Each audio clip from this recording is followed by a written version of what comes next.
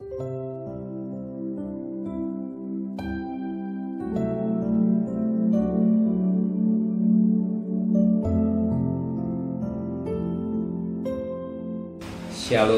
pagi, bersama tundukkan kepala, pejamkan mata sejenak. Bapak, pagi yang cerah, kami mengadakan mesbah keluarga, mesbah pribadi. Kami boleh naikkan pujian kepada Bapa di surga, dan kami juga rindu untuk mendengarkan renungan firman-Mu.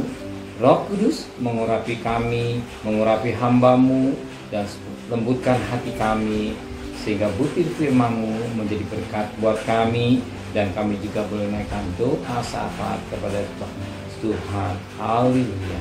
Amin. Shalom pagi. Mari sama-sama kita akan membaca firman Tuhan. Matius pasal 20. Matius pasal 20 ayat 17 sampai ayat 19. Matius pasal 20 ayat 17 sampai ayat 19. Pemberitahuan ketiga tentang penderitaan.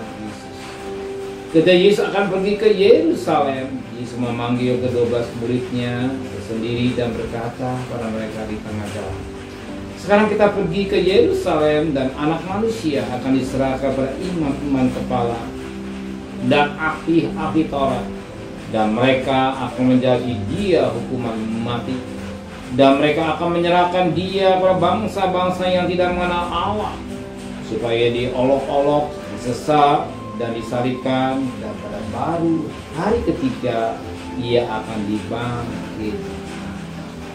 Firman Tuhan cukup jelas. Penderitaan Yesus, penderitaan Yesus, dia harus mengalami diolok, disesat, disalibkan, tetapi yang keempat pada hari ketiga dia bangkit. Tetapi yang sangat menarik firman Tuhan pada pagi hari, apa kata firman Tuhan?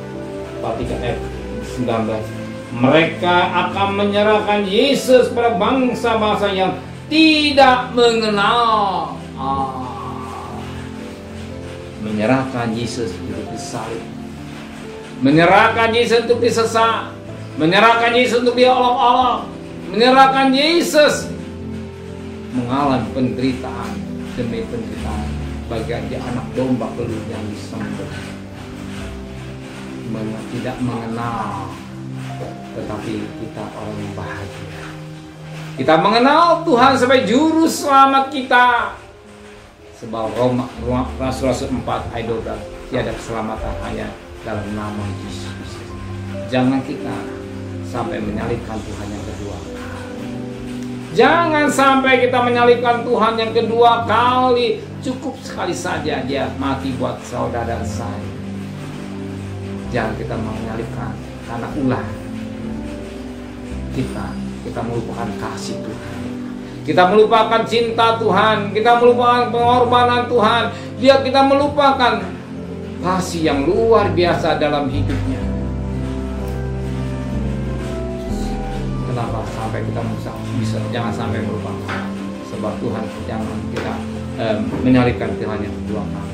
Cukup kasih karunia dan menghargai dengan baik kasih Tuhan yang melimpah dalam hidup kita semua. Lihat apa? Lihat sikap tingkah laku kita yang baik, yang menyenangkan Tuhan. Amin.